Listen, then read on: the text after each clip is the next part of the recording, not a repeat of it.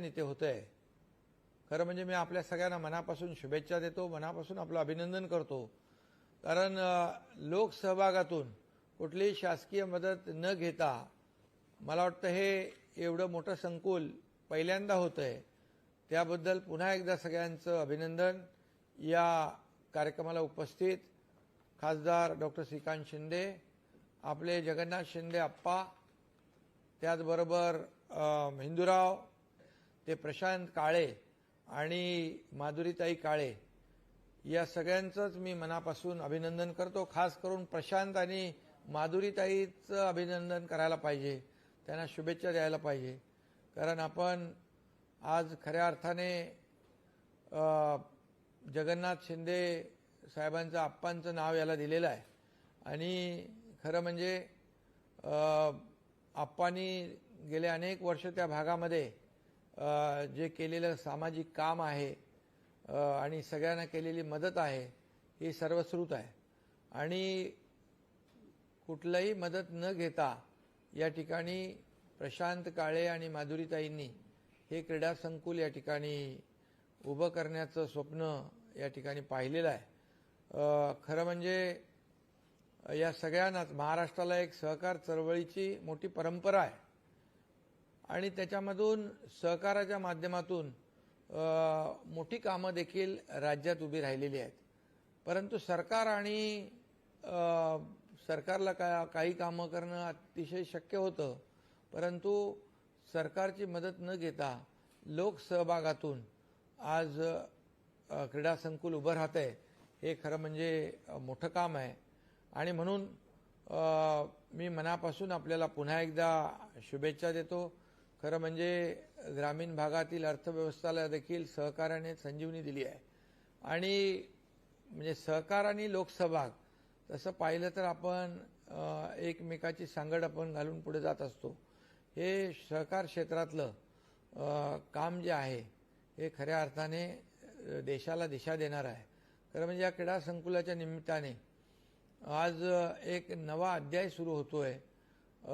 यामध्ये आज आपण पाहतो की मुलं मोबाईल आणि इंटरनेटच्या या युगामध्ये मैदानापासून थोडीशी दुरावलेली आहेत आणि यामध्ये मैदानी खेळ जवळपास म्हणजे लोकांना मुलांना त्याच्यामध्ये आकर्षित झाली पाहिजेत. पुन्हा मैदानी खेळ त्यांना खेळता आलं पाहिजेत.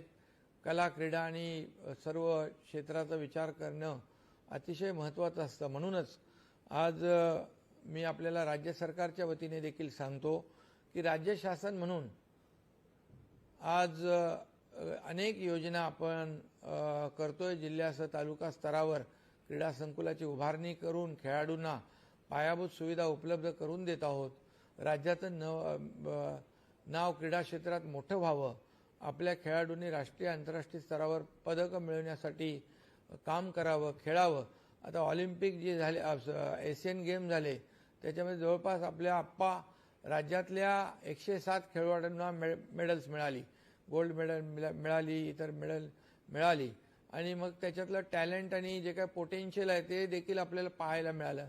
पण टॅलेंट आणि पोटेन्शियल यासाठी एक प्लॅटफॉर्म पाहिजे, व्यासपीठ पाहिजे आणि त्यासाठी क्रीडा संकुलं जी आहेत ही आवश्यक आहेत. आणि म्हणूनच आपण मोठ्या प्रमाणावर क्रीडा धोरणामध्ये बक्षिसांची रक्कम देखील आप्पासाहेब आपण वाढवली आणि खेळाडूंना एक प्रोत्साहन देण्याचं काम केलेलं आहे. खरं म्हणजे आदरणीय या देशाचे प्रधानमंत्री मोदी साहेबांनी 2036 मध्ये ऑलिम्पिक स्पर्धेसाठी भारत देखील सहभागी झाला पाहिजे यासाठी प्रयत्न केलेले आहेत. नुकतीच एक बैठक इंटरनॅशनल ऑलिम्पिक असोसिएशनची पहिली बैठक मुंबईमध्ये झाली आणि त्याला खास करून प्रधानमंत्री उपस्थित होते. त्यामुळे त्यांनी अतिशय त्याच्यामध्ये मनापासून ठरवलेलं आहे की आपला देश ऑलिम्पिकमध्ये खेळला पाहिजे आणि आपल्या भारताचं नाव जगभरामध्ये गौरवाने घेतलं पाहिजे. आणि म्हणून यासाठी आपण सगळेच प्रयत्न करतोय. बालेवाडी पुणे येथे आपण स्पोर्ट्स सायन्स सेंटर उभारत आहोत.